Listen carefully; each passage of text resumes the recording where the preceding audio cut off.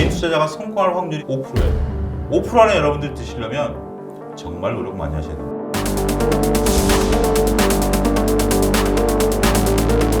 2022년도에 시장의 줄거리를 잡을 만한 얘기들 이런 것들로 충분히 채웠는데 물론 소장님의 뷰와 제 뷰는 또 다릅니다.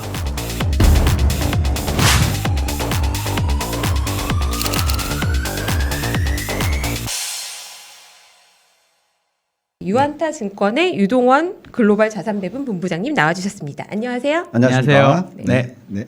자, 일주일이 정말 빨리 지나가죠. 그렇죠. 네. 이 다이나믹한 날들이 시간이 너무 빠르게 뭐 언제 눈 떠보면 벌써 목요일이야 뭐 이렇게 지금 지나가고 있어요. 그러게요.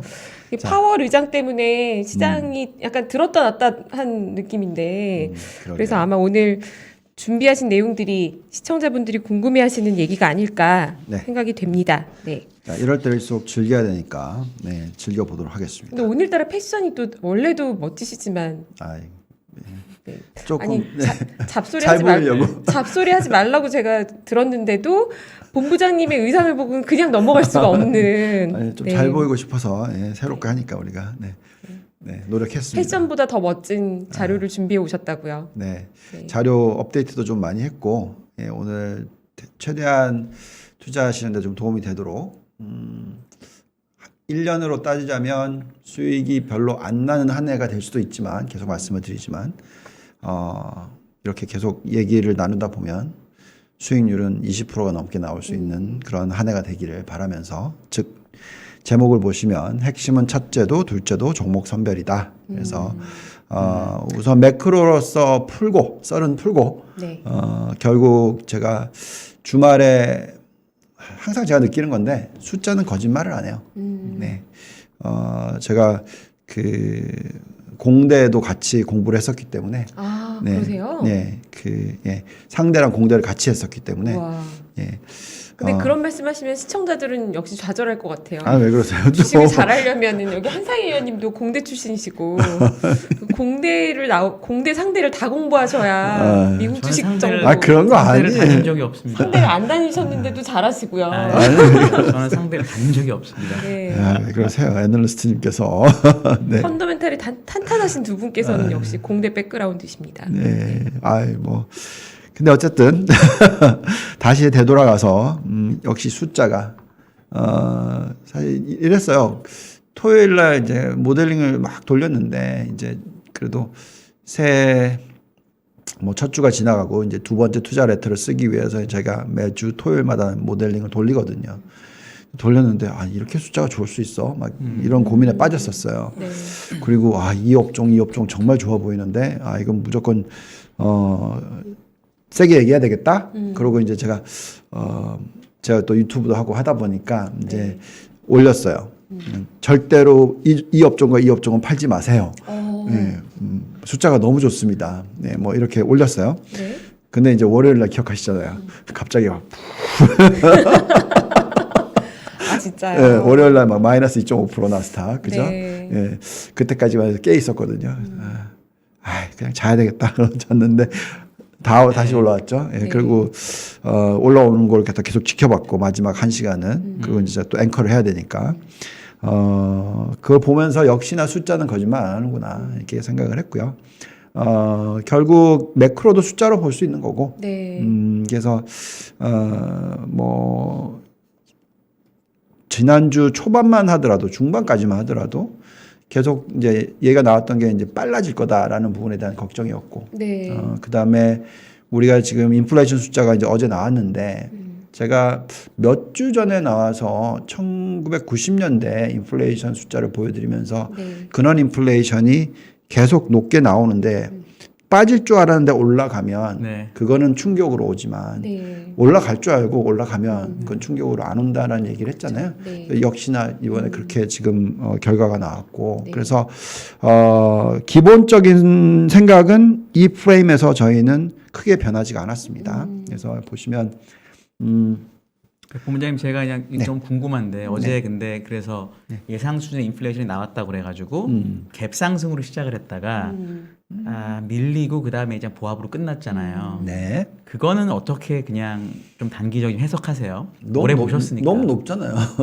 너무 높아서 그냥 그랬다. 40년간이라고. 그건 너무나 높은 그럼 거니까. 처음에 갭상승을 시작한 그것도 이유는 오바죠, 항상. 오바고. 네, 항상 오바였죠. 그래서 저희는 어쨌든 1사분기, 2사분기까지는 변동성 장이 있을 거라고 지금 생각을 하고 있는데 그렇다고 하더라도 여기서 추가로 막 빠지느냐 그렇게 보지는 않아요 또. 네. 그래서 원래 이 테이블을 저희가 계속 작년에 보여드리면서 금리 인상 우려로 빠지는 게 여기에 있었어요 원래. 여기쯤에 있었는데 이게 네. 땡겨진 거죠. 그래서 테이퍼링 우려로 하락이 있고 나서 11월 달에 반등을 했다가 또 다시 금리 인상 우려가 나오면서 또 빠지기 시작한 거고. 네. 그래서 월요일 날, 그죠? 월요일 날 나스닥이 바닥, 뭐 단기 바닥일 수도 있습니다만 어쨌든 그 바닥을 찍었을 때가 고점에서 바닥까지 10.5%예요. 네. 예, 딱 그 10% 정도의 조정으로 어느 정도 좀 일단락 되는 것 같은 느낌이 들고요. 네. 물론 여기서 또 올라가다가 또 빠질 수도 있습니다. 네. 네. 그거는 이제 쭉쭉 당기려면 제가 여러 번 말씀을 드렸습니다만 여러 부분들이 이 나열이 돼야지 되는 거고 당기려면 제가 볼 때는 어쨌든 금리를 한번 올려야 돼요. 네. 예. 그러니까 올려야지만 그게 이제 더 이상은 걱정이 아니라 네. 이제 일어난 이벤트가 되는 거니까. 네. 예. 그래서 아마도 첫 번째 올리는 타이밍이 언제쯤 정확하게 모르겠지만 그때 시기까지는 그래도 변동성이 계속 왔다 갔다 할 것 같다. 그래서 말씀하신 대로 갑자기 올렸다가 빠졌다가 또 살짝 올렸다가 이렇게 끝나는. 그러니까 이제 좀 소화해야 되는 기간이 필요한 거죠. 그래서 여기에 지금 나와 있듯이 결국 테이퍼링이던 금리 인상이던 이 시기에서 좀 쉬어가지만 근데 중요한 거는 나중에 이제 정말 부러지는 대세 하락장이 나오려면 그거는 이제 금리를 이미 올릴 만큼 다 올렸을 때 네. 나타나는 현상일 거다.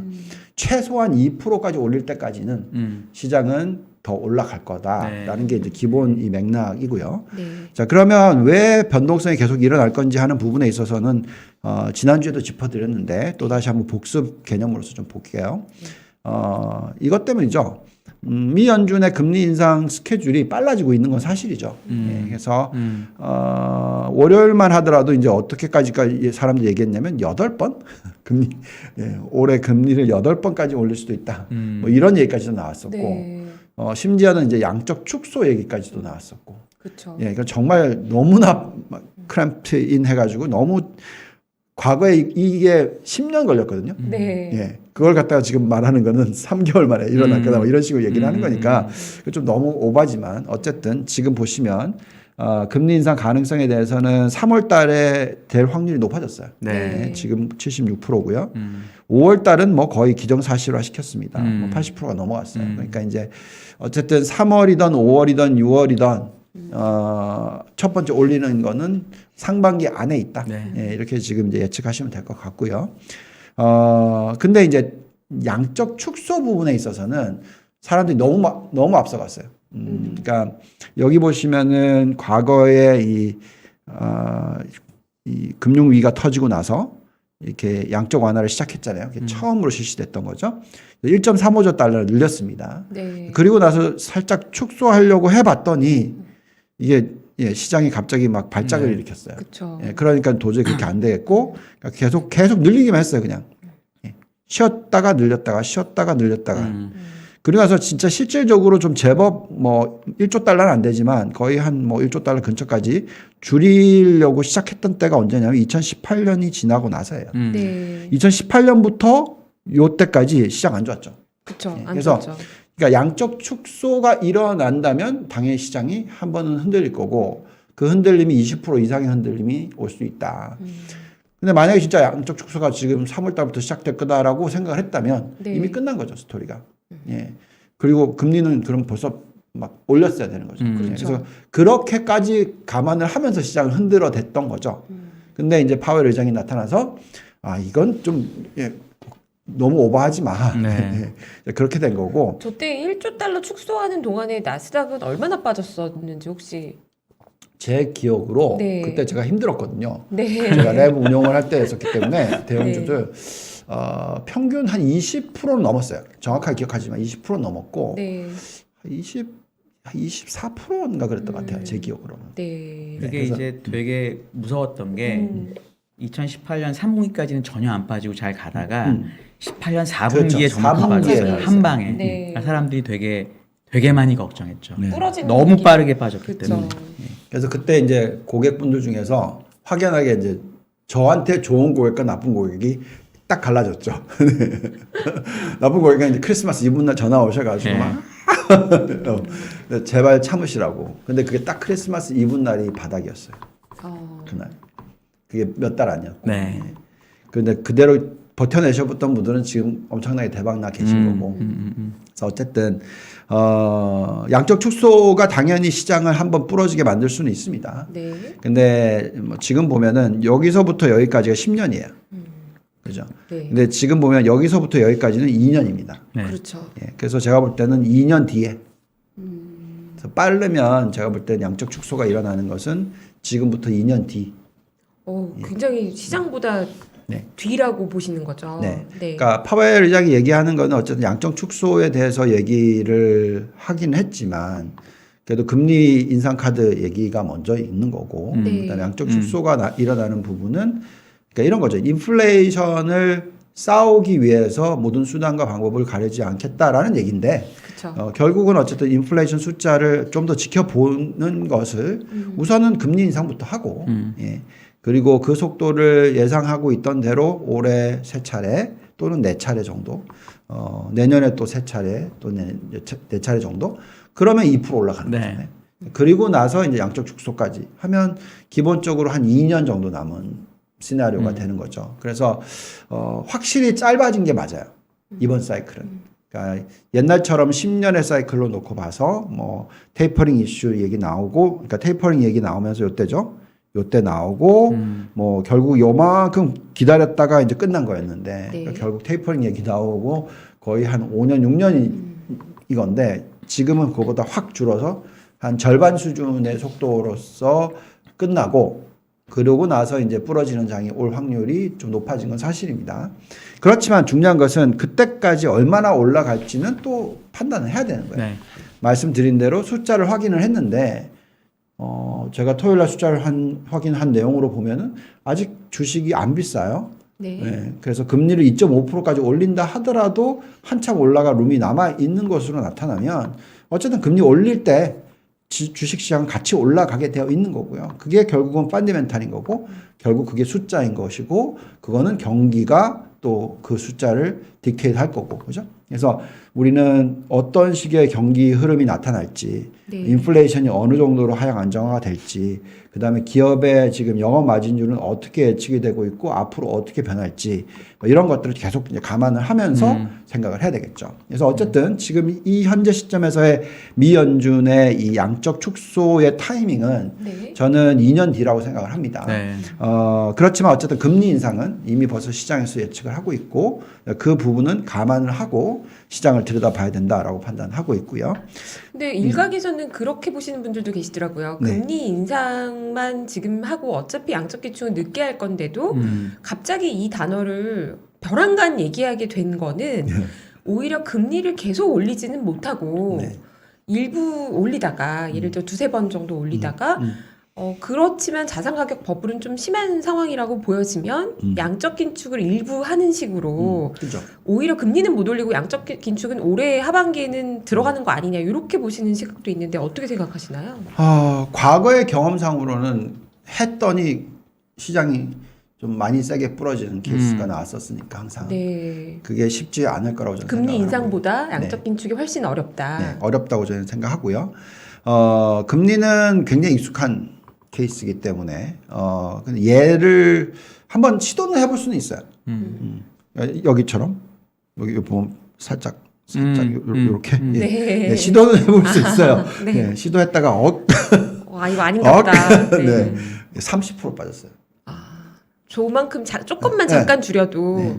그때 완전 훨씬 뭐 크다. 예, 네. 타이밍상 이게 어떻게 보면은 경기가 완전히 그냥 급속도로 위축될 수 있는 가능성까지 얘기가 나왔었기 때문에 그래서 그런 부분들을 감안을 하고 생각을 한다면 금리를 올리는 게 먼저다 저는 생각하고 있고요.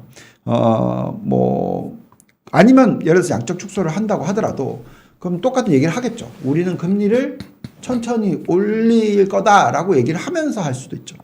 그래서 두 개를 같이 때리는 게 아니라 네. 뭔가 좀 숨 쉴 구멍은 놔두면서 하지 과거의 경험상으로 네. 그렇게 저희는 판단하고 네. 있습니다. 본부장님 제가 관련해서 저번에 지난주에 그 예대율 얘기하셨잖아요. 그 얘기하시고 제가 진짜로 되게 감명을 받았는데 네. 미국 은행들 예대율이 40%밖에 안 되니까 60%. 그때 보니까 40 몇 % 데이터 하셨어요. 예대율은 되게 낮았던 걸로. 그러니까 얘들이 예. 이제 59.60%예요. 60%. 하여튼 뭐 되게 굉장히 낮은, 낮아요. 예. 되게 낮은데 네. 근데 대형 은행들은 50% 언더예요.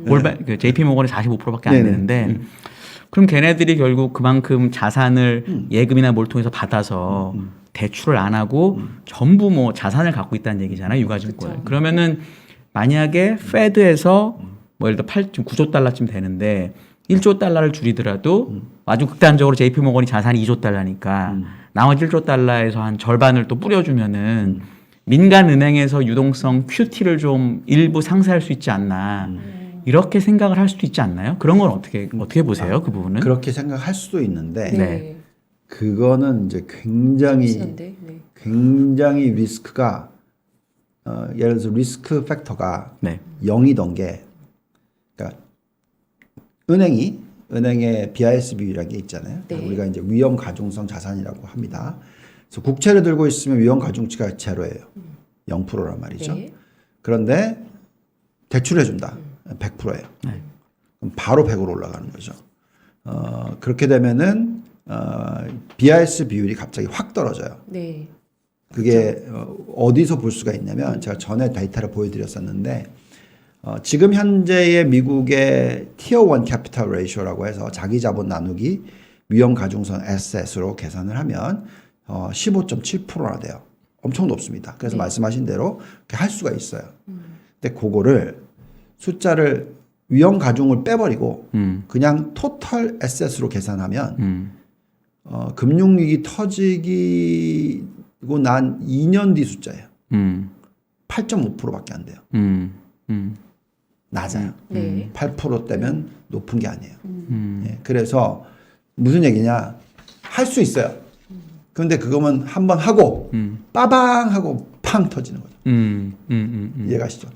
똑같은 리먼 사태의 재현이 일어날 수도 있는 거죠. 미국 그 은행들 스트레스 테스트 기준이 5%인가 6%인가 뭐 그런 걸로 알고 있는데 네, 항상 그래서 우리가 이제 그 스트레스 테스트라는 것은 항상 해보는 거고요. 우리나라가 이 IMF 겪었을 때가 스트레스 테스트 했을 때 이제 8%로 합니다. 4%, 네. 4%. 그래서 말씀하신 대로 티어 1 레이쇼가 뭐 8%고 뭐 그래서 두 개를 더했을 때 12% 이상이면 괜찮고 그래서 말씀하신 대로 그렇게 했었을 때 어느 정도의 룸이 생기죠. 근데 이제 그때는 가속도가 붙어요. 항상. 그래서 쉽게 BIS 비율이 떨어지는 현상이 나타나고요. 그게 거품으로 연결이 돼서 시장은 폭등을 먼저 하겠죠. 예. 말씀하신 대로 그래서 저도 시장이 그렇게 문제가 될 케이스까지 가려면 돈을 뿌리는 순간에 시장은 날아가요. 예. 근데 그게 오래 가지 않는 거죠. 그래서 미 연준의 입장에서 뭐 그 지금 가지고 있는 도드-프랑크법이라든지 여러 가지를 풀 방법 자체가 천천히 하겠죠. 예, 그래서 컨트롤 가능한 수준, 그러니까 지금 가장 미 연준이든 어쨌든 전체적인 정부든 중앙은행이든 컨트롤을 놓치면 안 된다라는 거가 있어요 지금. 네. 예, 그래서 너무 과열될 것 같으면 이렇게 세게 얘기를 하는 거고 또 좀 너무 빠질 것 같으면 또 이제 풀어주는 거 자꾸 그렇게 하려고 하는 거잖아요. 그래서 한순간에 다 풀어줄 수는 없는 것 같고 네. 예, 말씀하신 대로 충분히 그럴 수는 있어요. 그래서 제가 말씀드리는 거는 그만큼 쓸 수 있는 카드가 많다. 그래서 다들 패닉할 필요가 없다라는 이유가 그래서 대세 하락장이 나타날 이유는 거의 없다. 왜냐하면 그런 약간의 패닉 현상이 일어나면 여러 가지 쓸 카드들이 있는 거죠. 예대율을 높여줄 수 있는 정책을 펼 수도 있는 거고 은행권이 뭐 가중자산 계산할 때 법에 있어서 이렇게 할 수도 있는 네. 거고 양적 축소가 일어났을 때 그걸 커버를 해줄 수 있는 방법도 있고 네. 그러니까 이게 카드가 많기 때문에 분명히 계속 정책적으로는 나올 거예요. 그래서 월요일처럼 막 모든 사람들이 말까 그래서 이거 큰일 났네. 그래서 던질 때는 그때는 신나게 사야죠. 그게 중요한 거고. 네. 예. 근데 이제 나중에 완전 다 파티를 터트리면서 막 샴페인 터트리고 막 지수가 여기 대비해서 50% 이상 올라가고 막 이럴 때는 진짜 조심해야 되는. 네. 그때 또 숫자를 다 봐야 되겠죠. 예. 그게 지금 이제 그렇게 패닉하는 쪽과 침착하게 아니 그럴 리는 없다 이렇게 보는 쪽에서 제일 큰 시각 차이는 인플레이션에 대한 전망 차이에 있는 것 같아요. 맞아요. 지금의 상황이 인플레이션이 장기화될 것이다 이렇게 보시는 쪽에서는 양적 긴축이 반드시 필요하다고 보기 때문에 당위성을 가지고 이제 그렇게 될 수밖에 없다라는 공포감이 있는 것 같고 반면에 인플레이션이 이러다가 하반기부터는 꺾이지 이렇게 보는 쪽에서는 인플레이션 꺾이는데 연준이 굳이 계속 그렇게 해야 되는 이유가 뭐야라고 보는 것 같거든요. 좀 더 나아가서 이런 생각을 가질 수도 있어요. 양적 축소가 일어나는 것은 결론적으로는 어쨌든 롤오버가 일어나는 게 아니라 어쨌든 그냥 캔슬 시키는 거잖아요. 자연스럽게. 그렇죠. 그러면 이제 당연히 미국의 정부 부채 비율이 떨어지겠죠. 그죠? 근데 그렇게 하면 인플레이션은 저는 어떻게 생각하냐면 과거에 이제 1940년대 후반 50년대 그리고 그때가 이제 2차 세계 대전이 일어나면서 정부 부채 비율이 확 올라가서 120%까지 올라갔었잖아요. 네. 이제 그러고 나서 이제 이제 경기가 좋아지면서 인플레이션이 굉장히 높아졌단 말이죠. 근데 굉장히 높아졌는데 미 연준이 금리를 그때 2에서 2.5% 수준에서 그대로 유지를 시켰어요. 그리고 장기 국채 금리도 안 올라갔어요. 네. 그 수준에서. 그러면서 인플레이션이 계속 높게 나왔어요. 그럼 무슨 얘기냐면 그러면서 부채 비율이 떨어진 거죠.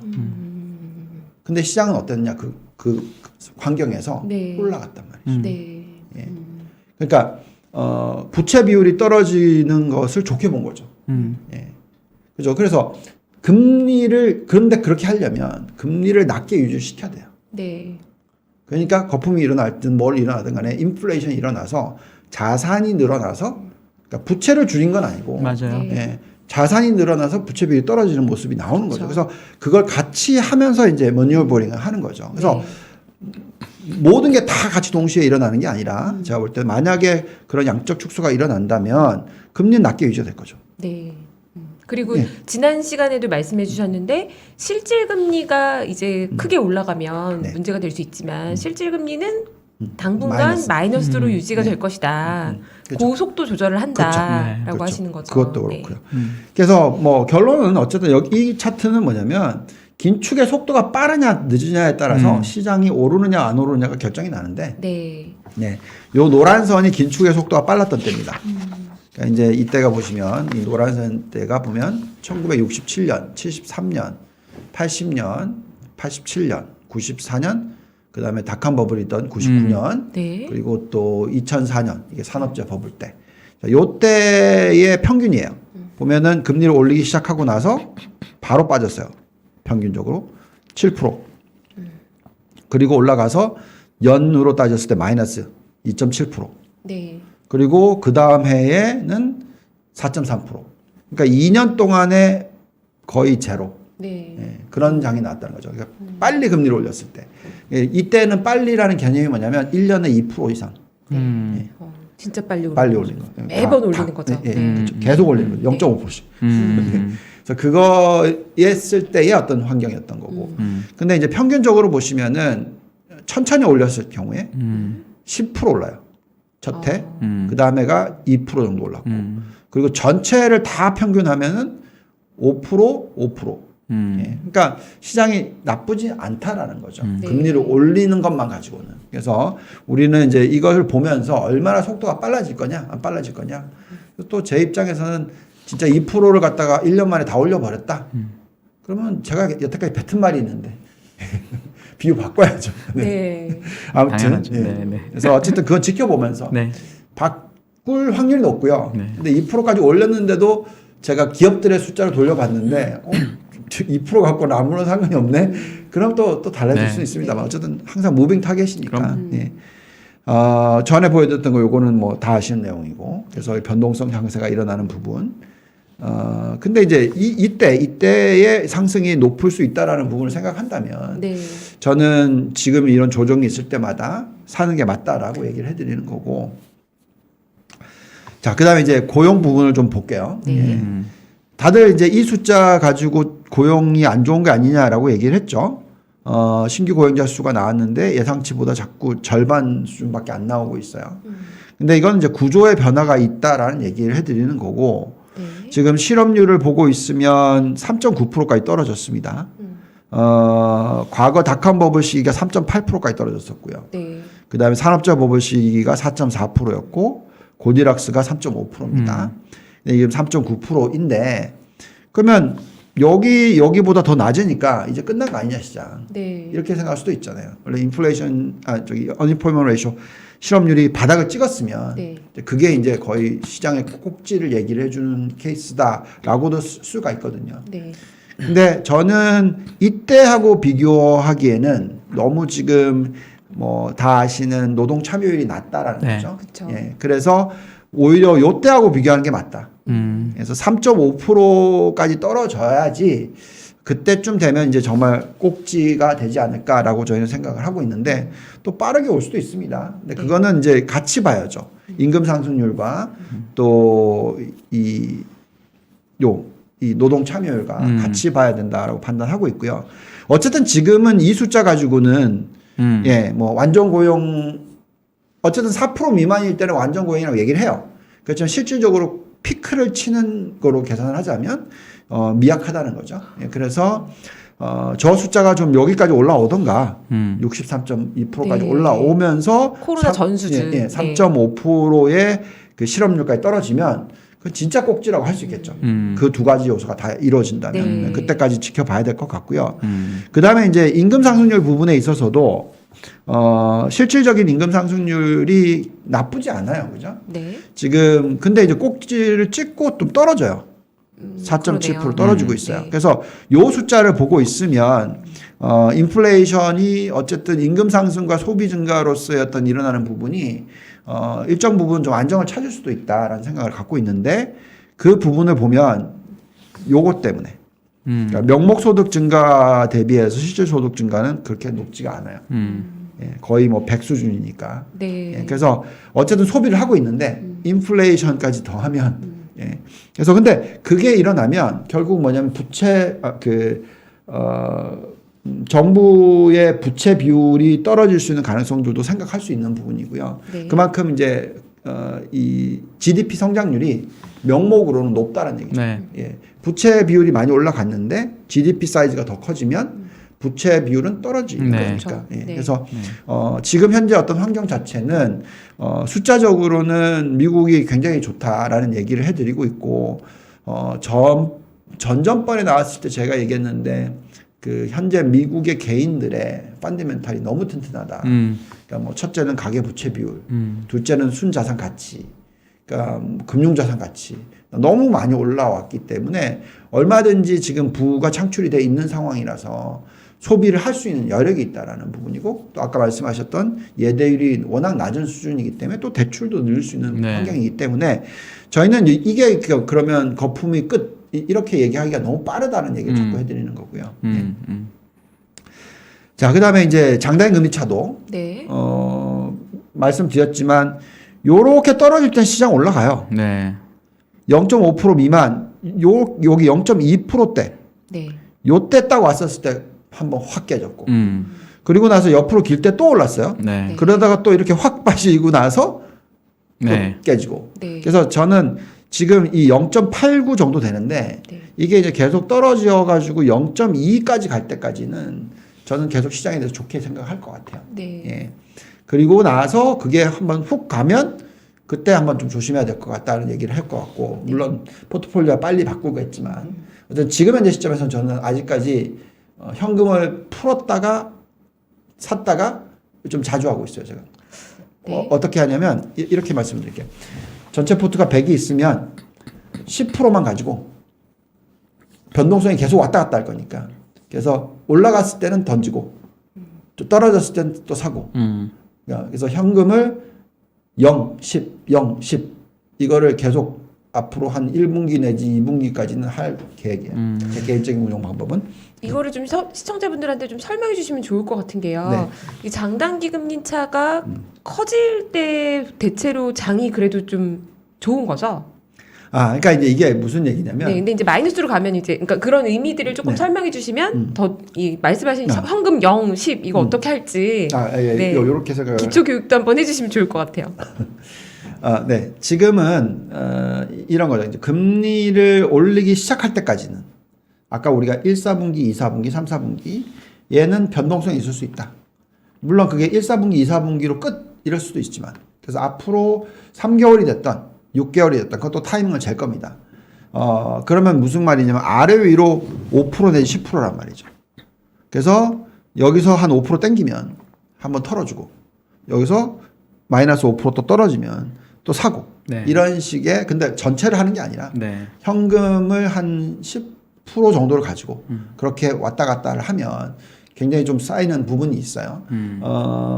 근데 이제 그렇게 하는 때는 지금 현재 0.89에서 0.2 안에 있으면 그게 아니라 뭐 갑자기 확 빠져가지고 0.2가 깨져 내려오더라. 그러면은 팔고 나서 다시 사는 타이밍을 한테폰도 치우는 그런 정도. 제가 이걸 여쭤본 이유가 뭐냐면요. 본부장님께서 0.2 정도까지는 괜찮다. 괜찮게 본다라고 말씀하셔서 이제 이걸 설명을 좀 자, 그 설명을 이제 해드릴게요. 네, 왜냐하면 시장이 예전에 한번 0.2 밑으로 갔을 때 조정을 세게 받았었기 때문에 요즘엔 또 사람들이 빠르게 움직이잖아요. 0.2가 안 돼도 네, 각도만 틀어서 내려가는 모습만 몇 번 보여줘도 또 시장이 조정을 세게 먼저 받을까봐. 네. 자, 우리가 이제 그걸 장단기 금리 차가 축소될 때 왜 시장을 팔아야 된다, 아니면 팔 걱정을 하게 되냐면 네. 그게 이제 그만큼 이제 장기 금리가 떨어지고 단기 금리는 올라가는 케이스잖아요. 그래서 금리를 올리고 있는데 네. 성장은 떨어진다는 얘기잖아요. 그렇죠. 그래서 이게 축소가 되면 될수록 그리고 이제 이 일드 커브가 인버트가 되면 이거는 이제 큰 경기 침체가 올 가능성이 높기 때문에 그런 거예요. 근데 이제 제가 왜 0.2까지 떨어질 때까지는 물론 이제 그거를 보려면 환경을 봐야 되는데 은행권의 예대율이 낮을 때는 근데 만약에 이 은행권 예대율이 너무 높으면은 불가능한 얘기지만 워낙 낮으면은 그 마진이 축소되는 것을 물량으로 공세를 해서 그 경기를 부스팅을 할 수가 있단 말이죠. 네. 그리고 은행권에 갖고 있는 매니저들의 입장에서 내 보너스가 영업이익하고 연결이 돼 있는데 네.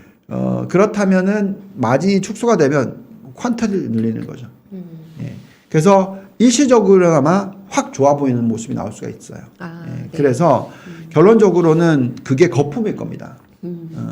근데 어쨌든 간에 지금 예대율이 60% 수준밖에 안 되니까 은행권에서 대출을 해줄 수가 있고 네. 그래서 지금 0.8, 0.7 이 정도 되면 대출을 늘려요. 그러니까 그 숫자가 전에 보여드렸었는데 잠깐만요. 여기 네. 이렇게 확 올라가잖아요. 지금. 은행 여신 증가율이 지금 지난주에 또 올라갔어요. 네. 예. 지지난주가 8.9였는데 요번에는 9.4.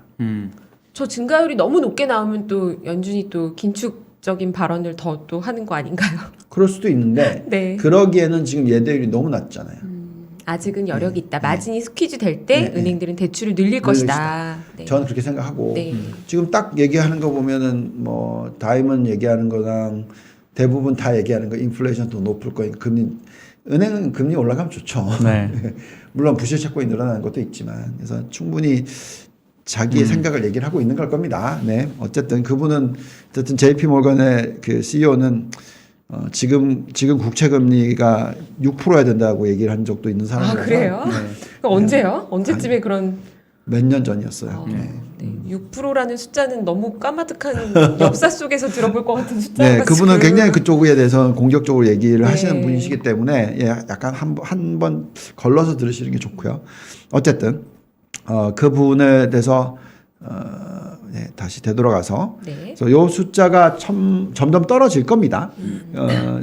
보면서 아까 보여드렸던 여신 증가율을 같이 보세요. 네. 네, 그러면서 판단하시면 될 것 같아요. 본부장님 제가 이게 아까 말씀하신 대로 네. 장단기 금리 차가 유지가 되면은 주가가 많이 오른다고 그러셨잖아요. 근데 지금 상황을 보면은 일단 장기 금리가 많이 하락할 것 같지는 않은데 단기 금리도 벌써 0.8 한 3번 정도를 반영했거든요. 그럼 단기 금리도 사실 당분간 안 올 것 같기도 하거든요. 네, 그러니까 그러면은 유지가 될 것 같다고 요 숫자가 해서 옆으로 갈 수 있어요. 그러니까, 그래서 예. 이렇게 예. 가면 이때 장 튀거든요. 예. 이걸 튀어요. 예. 네. 그래서 저는 많은 분들이 굉장히 힘들어 하시는데 저는 요번에 장이 그렇게 안 약해 보이거든요. 솔직한 네. 말씀으로. 원래 금리 올리기 전에 네.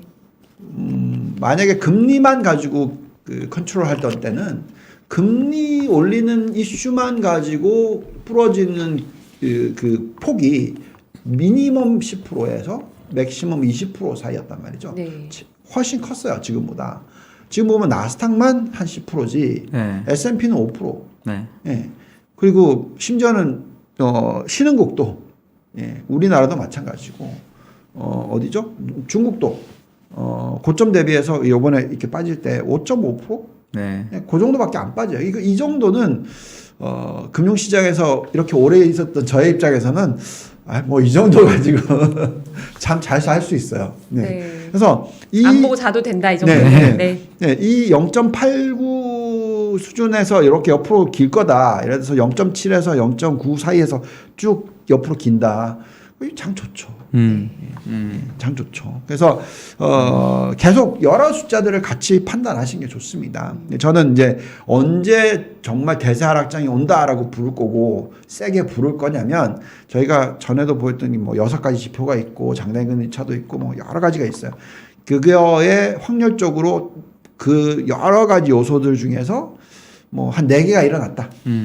그러면 이제 그때부터는 굉장히 좀 조심스럽게 얘기를 할 거고 조심 정도가 아니라 좀 그냥 좀 쉬자. 네. 아니면 다른 또 뭐 투자할 만한 철을 만들어서 우린 자산 배분하는 사람들 네. 입장이니까 얘기를 할 것 같아요.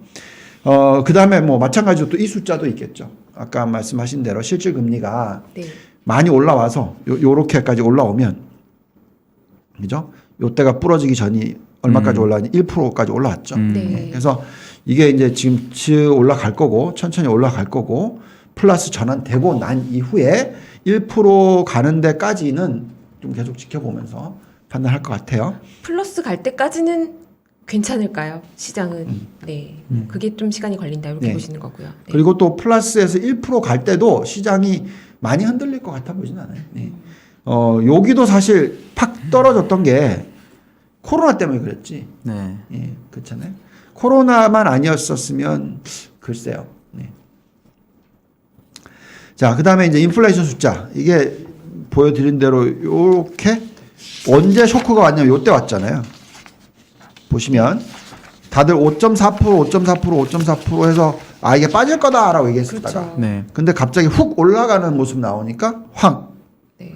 근데 이제 요번에는 또 올라갔는데 so what? 이렇게 되는 거잖아요. 네. 예, 그래서 항상 예측하고 다르면은 오버 리액션이 나오는 거고요. 요것도 마찬가지입니다. 예, 근원 인플레이션도 이렇게 올라가고 있는데 많이 튀었어요. 그죠? 요게 0.3이었는데 지금 0.6이나 올랐어요. 네. 근데 시장이 이 정도면 굉장히 잘 버티는 편이에요. 근데 요 숫자를 보고 있으면 걱정은 해야죠. 그러니까요. 네. 왜냐면 그러면 금리를 어쨌든 올리는 건 이제 맞는 것 같아요. 그죠? 우리가 너무 안이하게 봤다고 볼 수 있는 거죠. 그래서 금리를 올리는 건 이제 당연한데 이제 이 속도가 중요해지는 거죠. 얼마나 빨리 올릴 거냐. 예. 그래서 요 숫자가 나왔을 때 미 연준이 어떻게 얘기를 하는지를 보자. 근데 뭐 지금 이 숫자 나올 거 알면서 얘기했을 거 아니겠어요? 파웰 의장이. 그렇죠. 예. 국회에 나가서. 네. 그러니까 요 정도 가지고는 뭐 괜찮다고 생각하는 거고 요걸 좀 디테일하게 들여다보면 인플레이션 중에서 좀 단기적인 인플레이션 네. 의 요소가 더 깊었다. 네. 예. 그거를 빼고 나면 오히려 인플레이션 좀 하향 안정화될 것 같다라는 얘기가 많이 나오고 있고 올해 연말까지 가면은 뭐 3%대 중반 뭐 이 정도까지 떨어질 수도 있다 하고 얘기하는 사람들도 나오기 시작했고 네. 그래서 어쨌든 그건 봄핏이다. 왜냐하면 장담을 할 수가 없고 그리고 우리가 지금 계속 얘기하는 거는 1, 4분기, 2, 4분기까지는 변동성 장세라고 얘기하고 있으니까 그런 숫자들을 같이 보면서 판단하자라고 말씀을 드릴게요. 인플레이션 지금 어쨌든 또 이 기대 인플레이션 부분에 있어서는 5년 브레이크 이븐 인플레이션이 2.78이에요. 그러니까 옛날 수준만큼 높아져서 있습니다. 네. 근데 이제 그나마 미래 5년 뒤 인플레이션 예측치가 옛날보다 훨씬 낮아요. 네. 아직까지 2.18입니다. 그래서 요거까지 감안을 했었을 때는 아직까지는 미 연준이 굉장히 어그레시브하게 굉장히 빠르게 뭐 분기마다 막 0.5%씩 이런 속도는 아닐 거라고 지금 생각을 하고 있는 거고요. 다음 달에 숫자 나오는 거 보면서 또 판단을 해보는 게 중요할 것 같습니다. 다음 달에 대한 전망치는 어때요? 지금 인플레이션. 제가 그거는 착각을 못 했는데, 네. 어쨌든 그 인플레이션 픽아웃은 제가 계산해 봤더니 에너지 가격으로 계산하니까, 아무리 늦어도 3월부터는 떨어져요. 네. 겨울은 지나가야 되니까요. 네. 예, 그리고 그 베이스 이펙트가 있어서. 네, 네. 예, 유가가 작년 상반기에 하반기만 올랐죠. 아니요, 상반기도 올랐다가 네. 또 떨어졌거든요. 그래서 이 YOY로 계산하면은 이게 이제 숫자가 훨씬 더 지금 올라가는 폭이 확 떨어지는 거죠. 예. 왜냐하면 이 인플레이션 중에서 거의 뭐 가솔린 프라이스 임팩트가 거의 45% 증가 YOY 네. 그게 들어가는 거니까. 네. 그게 이제 한 자릿수 떨어지면 당연히 숫자가 많이 영향을 받겠죠. 네. 인플레이션 숫자는. 네. 근데 그 근원 숫자가 인플레이션 떨어져도 아마도 임금 상승률이 그쵸. 생각보다 세게 나오면 근원 또 인플레이션. 시장이 고민을 그렇죠. 네. 고민하게 되겠죠. 그러니까 이 근원 인플레이션 에너지 가격을 뺀 거잖아요. 그게 5.5%니까 이게 임금 상승률 아까 보이시면 4.7% 하고 뭐 그리고 전달 대비해서 계산하는 임금 상승률 7.2%예요. 네. 그러니까 지금 이 5.5% 수준의 인플레이션이 임금 상승률하고 연결돼서 비슷한 숫자가 나올 수도 있죠. 근데 이제 좀 길게 봤었을 때 예를 들어서 병목 현상이 일어나고 있고 그래서 사람을 써야 되고 근데 임금을 높이 주지 않으면 안 오고 하면은 보통 기업은 어떻게 가냐 자동화로 가거든요. 그렇죠. 그렇죠. 예. 그래서 그걸 같이 생각해야죠. 그래서 어떻게 변할지. 근데 어쨌든 임금 상승률이 높은 거는 인정을 해야 되는 거고 거기에 따라서 인플레이션이 옛날보다 높은 것도 인정을 해야 되는 거고. 근데 그 인플레이션이 감당 가능한 인플레이션이 아닌가도 또 다른 얘기고. 근데 지금까지는 인플레이션이 높지만 기업의 입장에선 감당 가능한 인플레이션이었다 정도로 생각하시면 좋겠습니다. 네. 자, 그 다음에 뭐 유가 전망이라든지 이거는 이제 제가 전망하는 게 아니라 그냥 쭉 숫자들을 훅 넘어가면 유가도 빠질 거다. 뭐 BDI도 빠질 거다. 네. 뭐 그다음에 이 CRB 인덱스, 그러니까 원자재 가격 인덱스도 빠질 거다. 이게 예상치예요. 네. 근데 이제 빠르게 빠진다고 다들 얘기하진 않고 어쨌든 빠질 거다라고 지금 얘기를 하고 있고 그렇다 그러면 이제 YOY 숫자는 인플레이션이 속도가 많이 줄어들 수 있는 그러니까 네. 비용 증가의 인플레이션은. 근데 지금 말씀하신 대로 임금 상승률에 따른 소비 증가에 따른 인플레이션, 그러니까 디맨드 풀 인플레이션은 높을 수밖에 없다 현 시점에서. 네. 예, 그게 결국은 3%대 인플레이션이 충분히 자리 잡을 수도 있다. 네. 과거에는 1.6%였으니까 평균 네. 그거의 2배 정도의 인플레이션이 지금 현재는 자리 잡는 모습이다라고 생각이 듭니다. 자, 그렇기 때문에 우리가 투자를 할 때 있어서 모든 게 다 성장주 이건 또 아니고 네. 또 모든 게 또 다 가치주 이건 또 아니고 그래서 저희가 적절한 포트폴리오 구성이 필요하다라고 말씀을 드리고 있는 거고요. 시간상 우리가 시간이 많지 않으니까 빠르게 가서 이 부분도 좀 짚어볼게요. 네. 지난주에도 말씀을 드렸던 것 같긴 한데 어쨌든 지금 이 대출 증가율이 아까 9.5%. 아까 9.5 몇 퍼센트? 9.4%. 네, 그죠? 네. 4%. 네. 네. 자, 그러면 이제 대출 증가율이 9.4%라 그러면은 명목 GDP 성장률이 그 숫자에서 그렇게 오차가 많이 안 나요. 네. 예. 왜냐하면 대출을 늘리면 그만큼 이제 대출이 GDP 규모보다 훨씬 크거든요. 네. 그게 그만큼 늘어난다는 것은 그만큼 또 GDP가 늘어나는 속도가 충분히 뒷받침되는 거라고 보시면 돼요. 네. 자, 그렇다면은 GDP가 그 정도로 늘어나면 사실 매출 증가율이 그 정도 늘어나는 거하고 거의 또 큰 차이가 없다는 네. 거죠. 그렇죠. 그럼 매출 증가율이 7.5%라고 지금 올해 예상이 되고 있어요. 네. 그럼 이거는 충분히 달성 가능한 거죠. 네. 그래서 올해는 탑 라인은 큰 걱정 안 한다. 올해는. 네. 근데 이제 걱정하는 건 요 바텀 라인이다. 근데 매출보다도 이익 증가율이 더 높을 거다고 얘기하는 건 마진이 늘어날 거라고 얘기하는 거예요. 그렇죠. 근데 지금 말이 돼요 이게? 원가가 다 올라가고 있는데. 네, 그죠. 네. 그러니까 이 전망치는 아니다라는 거죠. 그래서 요 부분에 있어서는 어쨌든 인플레이션이 떨어져야 돼요. 인플레이션이 떨어지는 숫자가 안 나오면 요거는 리바이즈 다운 될 거다. 하향 조정될 거다. 그러면 그게 시장을 막 땡길 수는 없는 거죠. 실적이 예상보다 좋게 나와야지 땡기는 거지. 실적이 예상보다 좋게 안 나오면 땡길 수는 없는 거 아니겠어요? 아무리 싸다 하더라도 주가가 많이 빠져서. 네. 그래서 저희 입장에서 어쨌든 계속 숫자를 볼 수밖에 없다. 네. 그 얘기를 해드리는 거고요. 그러면 이제 숫자를 보게 되면 뭐 우리가 이제 얘기하는 건 그럼 이런 상황에서 숫자를 봤었을 때 내가 편한 게 뭐냐 도대체. 막 다들 이런 얘기해요. 우리나라는 아무래도 성장주들의 좀 색깔이 좀 안 좋잖아요. 네. 과거부터. 그러다 보니까 얘네는 바이오 때문에 그랬고 뭐 요즘엔 뭐 메타버스 갖고 그러고 뭐 아무튼 네. 실적이 안 나오는 성장주들이 좀 많은 편이니까. 그러다 보니까 이제 요즘 같이 금리를 올리는 시기에서 성장주 때리고 가치주 사자. 우리 이제 흔히 심지어는 삼성전자와 SK 하이닉스도 가치주다 얘기를 네. 하면서 그렇게 가치주라고 얘기를 하지만 미국으로 볼 때는 그렇게 판단하시면 안 될 것 같고 이 성장주들도 훨씬 이익을 잘 벌어야 되는 성장주들이 있는 거죠. 그러니까 그게 뭐냐면 여기에서 답이 나오는데 이게 3분기 실적이에요. 네. 여기서 보면은 이게 이제 이익 증가율입니다. 이익 증가율이 평균이 여기에 나와 있듯이 39점 뭐 한 40%대예요. 네. 근데 해외 매출 비중이 50% 이상인 기업이 훨씬 높아요. 해외 비중이 낮은 게 훨씬 낮아요. 재밌네요. 재밌죠? 네. 그래서 또 보면 매출은 더 심해요. 그죠? 17.8%인데 28%예요. 예, 그만큼 오히려 달러가 예, 강세로 가는 게 별로 안 좋아.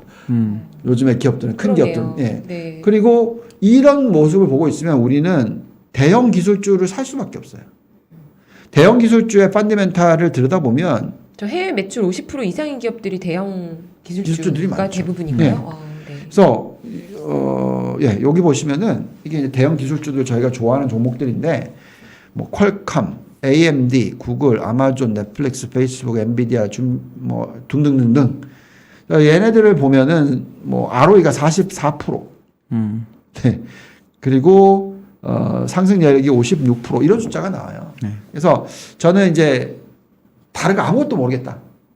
기술주를 사야 되냐 팔아야 되냐 이런 건 모르겠고 그냥 난 돈 잘 벌고 앞으로 좀 그냥 놔둬도 그냥 잊어버릴 수 있는다. 그러면 얘네들인 거죠. 네. 워낙 돈을 잘 벌고 있으니까. 물론 뭐 이런 얘기를 할 겁니다. 반독점법 뭐 그러면서 앞으로 이렇게 이익이 계속 높을 수가 있냐 뭐 이런 얘기를 하겠지만 네 그럴 수 있어요. 예, 그렇게 해왔고 얘네들은 반독점이라기보다는 과점이에요. 몇몇 개 회사들이 마진을 창출해내고 있고요. 그 다음에 저희가 최근에 돌려본 숫자를 보면은 정말 미국의 IT 업종만큼은 ROIC가 정말 높아요. 비교할 수가 없이 좋아요. 네. 그래서 이쪽을 안 들고 간다라는 것은 어불성설인 거죠. 그러니까 그냥 좀 마음 편하려면 그냥 이걸 들고 있는 게 맞아요. 뭐 이런 거죠. 작년에 아마존이 별로 안 좋았다. 그 다음에 근데 올해는 조짐이 또 올라갈 것 같아요. 네. 작년에 상반기에는 애플이 안 좋았다. 네. 근데 하반기 확 올라와요. 그렇죠. 퀄컴도 상반기 안 좋았어요. 하반기에 다 올라와요. 이런 거죠. 그래서 결국 돈을 잘 벌고 있으면 주가는 움직이게 돼 있다라는 거죠. 그래서 이런 대형 성장주들은 저희는 충분히 투자를 할 만하다라고 말씀을 드리고 있고요. 그 다음에 이제 저희가 얘기하고 있는 업종이 여기에는 없구나. 그래도 살짝 말씀드릴게요. 네. 예, 저희가 이제 요 상장돼 있는 ETF랑 네.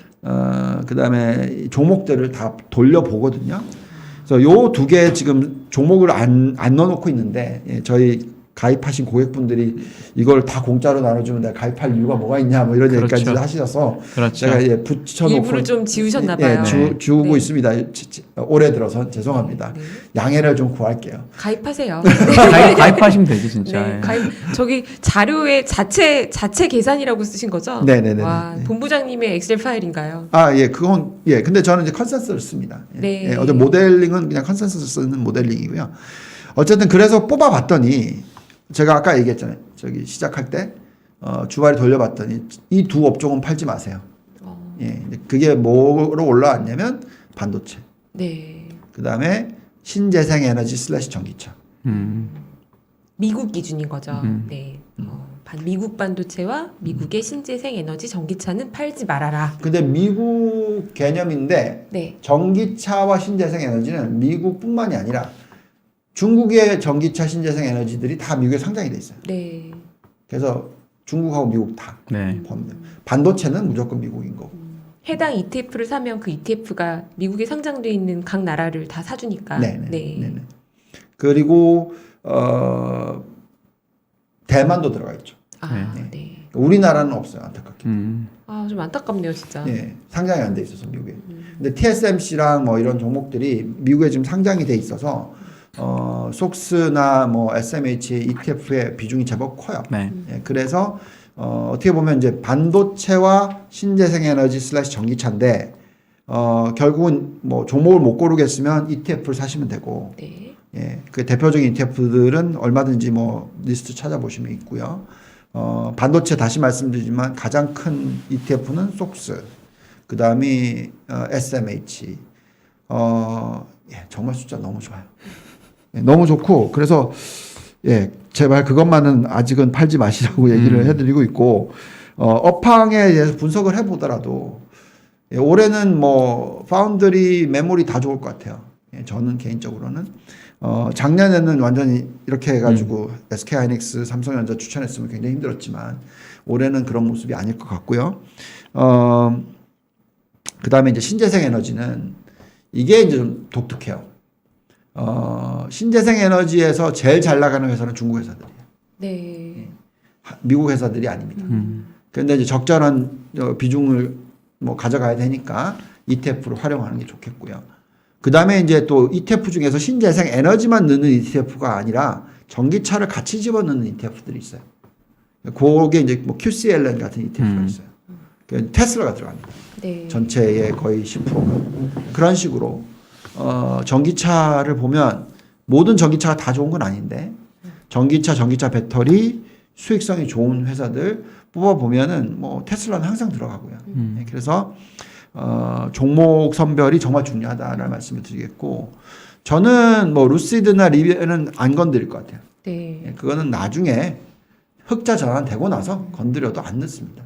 저는 항상 말씀드리지만 그럼 보면 신재생 중에서 네. 뭐 플럭 파워나 인페이스나 뭐 선런 이런 애들은 실적이 없잖아요. 없잖아요. 그런 애들은 좀 이제 현재는 아니다 이렇게 보시는 건가요? 그러면? 그게 네. 또 마찬가지잖아요. 전기차 중에서 테슬라는 돈을 벌고 있고 네. 나머지는 못 버는 거고.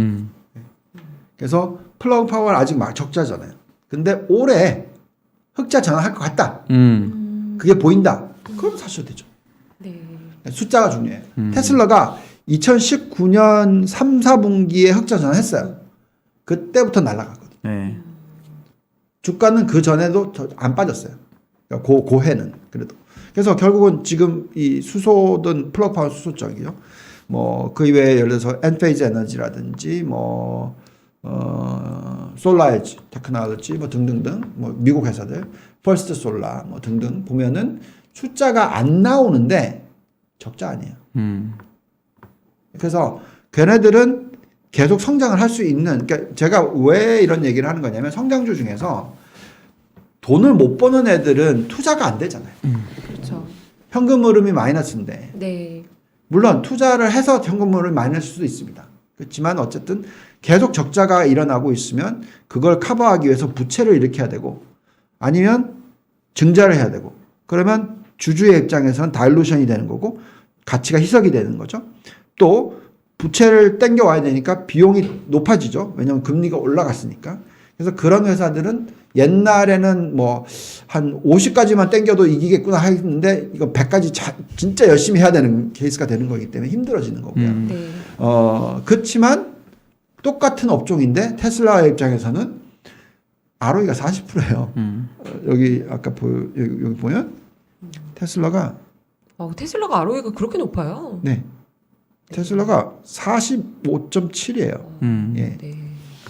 향후 3년 평균. 네. 예. 이렇거든요. 그러면 그 돈을 벌어서 투자가 되는 거잖아요. 네. 얼마나 돈을 많이 벌길래 저기 앨런 머스크가 그렇게 많이 팔았는데 주가가 안 빠집니까? 저는 제 생각할 때 참 대단하다고 생각을 해요. 그러게요. 예. 네. 그래서 요즘은 그림이 많이 바뀌었다는 거죠. 옛날에는 성장이 있으면 적자가 되더라도 계속 투자를 해 이렇게 됐는데 요즘에는 보면 그게 이제 설비 투자 숫자에서 나와요. 매출액 대비해서 얼마를 투자를 하느냐의 평균을 구해보면 옛날 닷컴 버블 때라든지 산업재 버블보다도 훨씬 낮아요. 네. 그래서 그만큼 이 기업들이 돈 많이 버는 기업들이 굉장히 효율 있게 투자를 한다는 거고 과거에 설비 투자를 정말 엉망으로 했던 데가 중국이잖아요. 많이 했죠. 예, 많이 너무 했죠. 빠르게. 그러니까 저렇게 힘든 거고. 예. 효율적으로 하기보다는 빠르게 너무 많이 한 네, 거죠. 네. 그렇죠. 그래서 그거를 보면서 우리는 판단을 하자라고 말씀을 드리겠습니다. 근데 지금 미국 주식을 하락할 때 사고 올라갔을 때 팔기에는 또 환율이 또 계속 움직이잖아요. 그거는 네. 그게 아니죠. 팔았을 땐 다 달러로 있는 거죠. 아. 예, 그러니까 네. 우리가 한 번 바꿨잖아요, 지금. 네네. 그래서 좀 달러 투자가 돼 있는 거죠. 저는 뭐라고 말씀드린 거냐면 제가 말씀드린 건 10%만이라고 얘기했어요. 네. 전체가 아니라. 네. 그리고 나중에 부러지는 장이 올 때는 다 팔고 달러 들고 오셔야죠. 네. 바꾸는 게 아니라. 네. 그러니까 이제 국내 투자자분들이 계좌를 보면 원화 환산 수익을 보통 보시기 때문에 네. 이제 이런 질문들을 많이 하시거든요. 근데 네네. 본부장님 말씀대로 지금은 약간 박스권일 수 있고 훅 떨어질 것 같진 않으니 그러면 달러로 그대로 그냥 갖고 있는 게 어차피 또 다시 진입 시점을 봐야 되니까. 네, 그렇죠. 네. 네, 그렇고 또 먼 미래를 보더라도 환전은 하시면 안 되죠. 네. 수수료만 내주는 거죠. 그러니까 나중에 이제 부러지는 장이 오면 그때가 뭐 닷컴 버블이었던 때 보시면은 부러지기 전에 달러가 90대 중반에서 107까지 가요. 근데 그때는 장이 올라요. 근데 딱 107 찍고 부러지기 시작했어요, 장이. 네. 환율은 120 갔어요. 그러니까 거기는 다 던지고 나서 그냥 달러 들고 있어야죠. 그래서 우리는 요 차트 한번 보면 여기는 없구나. 죄송합니다. 여기 있다. 여기 있네요. 자, 이걸 보고 있으면 우리가 지금 딱 여기 선에 왔어요. 원화가. 그래서 제가 볼 때는 앞으로 계속 그냥 여기 있을 것 같아. 이 박스 안에. 근데 이제 나중에 한 2년 뒤, 3년쯤 됐었을 때, 3년 차 됐었을 때 부러지는 장이 시작됐다. 그럼 저는 분명히 이거 치고 올라갈 거라고 생각해요. 얼마까지 갈지는 모르겠고 여기에 뚫어버리니까. 네. 그게 고점이 1,300원이 될지 1,400원이 될지 모르겠어요. 그건 뭐 그때 가서 봅시다. 근데 어쨌든 중요한 거는 부러지는 장이 올 때는 우리나라의 환은 어쩔 수 없어요. 올라간다. 올라간다. 네. 그래서 글로벌리 부러지는 장이 오는데 우리 환이 절상이 될 가능성은 거의 없고 그나마 지금부터 앞으로 그 2년 3년 동안에 얼마나 우리가 미국 쪽하고 가까이 가느냐에 따라서 그 부러지는 강도가 바뀔 거다. 네. 근데 참 다행인 거는 그래도 요즘에 우리나라 기업들이 중국 쪽으로 가기보다는 미국 쪽으로 가는 게 정말 다행이다라고 저는 생각하고 있습니다. 네. 네. 아까 본부장님 이제 여러 가지 숫자 말씀해 주시고 네. 오늘 저는 그러니까 이제 두 번째 제가 2주 연속으로 본부장님 이 일부를 함께 하고 있는데요. 네. 공부가 진짜 많이 되는 것 같아요. 그리고 이제 어떤 지표를 중요하게 봐야 되는지 그리고 그냥 인플레이션이 높게 나왔다고 걱정할 건 아니고 이게 어디까지 갈지 다른 숫자들을 같이 봐라. 네네. 뭐 실업률도 3.9 지금 너무 낮은 거 아니야? 이러지만 3.5까지도 괜찮을 것 같다. 뭐 네네. 그래서 어떤 느낌이 들었냐면요. 유동원 본부장님의 주요 키 팩터 이런 전광판을 하나 만들어가지고 말씀하신 뭐 한 10가지 팩터들 중에 몇 개가 어떻게 바뀌는지를 매일매일 누가 올려주면 매일매일요. 네. 아니, 그래서 갑자기 뭐가 바뀌었다 그러면 본부장님 이거 바뀌었어요. 이렇게 네. 얘기해보면 재밌겠다라는 생각이 좀 네. 드네요. 그 지표는 전에도 가지고 왔었던 것들이 있어서 그걸 매일매일 제가 하기는 어렵고 네, 자주 나와서 그냥 일주일에 저희와 한 번씩 함께. 예, 예, 네. 당연히 말씀을 드릴 거고. 네. 네, 네. 좋습니다. 네.